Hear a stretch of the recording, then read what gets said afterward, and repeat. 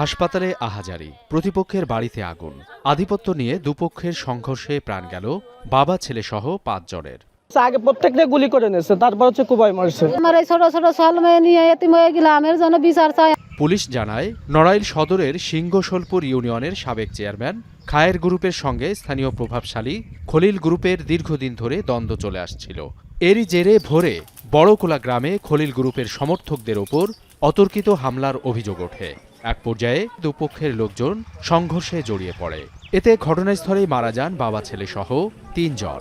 আহত অন্তত ৮ জনকে উদ্ধার করে নড়াইল সদর হাসপাতালে নেওয়া হলে একজনকে মৃত ঘোষণা করেন চিকিৎসক। ঘরের তালা ভাঙিছে আমার ভাই, তালা ভাঙি আমার ভাইরে ওখানে মারবে। এবার আমার ভাবিরা ৩-৪ জন ধরে রেখেছে, এমনি মারা যাবে না ঘরের ভিতরে, ওরে বাইরে না মারতে হবে। খয়রুল হাতে দুইটা ও দুই বারে দুটো সাইডে শট গানতে 22 রাউন্ড গুলি চালাইছে। এই যে আসামিগুলো দেখছেন, এই লাশগুলো দেখছেন, প্রতিটা লাশের পেটে গুলি আছে। যে বলে মারিছে, এটা মারা ঠিক না, এটা সুস্থ বিচার আমরা চাই। পরিস্থিতি নিয়ন্ত্রণে সেনাবাহিনী সহ ঘটনাস্থলে অতিরিক্ত পুলিশ মোতায়েন করা হয়েছে।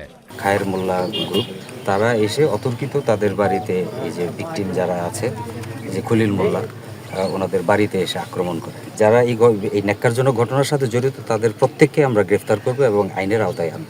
আহতদের মধ্যে ৫ জনের অবস্থা আশঙ্কাজনক হওয়ায় উন্নত চিকিৎসার জন্য তাদের যশোর ও খুলনা মেডিকেল কলেজ হাসপাতালে পাঠানো হয়। পরে আরও একজনকে মৃত ঘোষণা করেন চিকিৎসক। এ ঘটনার জেরে ৬টি বাড়িতে আগুন দিয়েছে প্রতিপক্ষের লোকজন।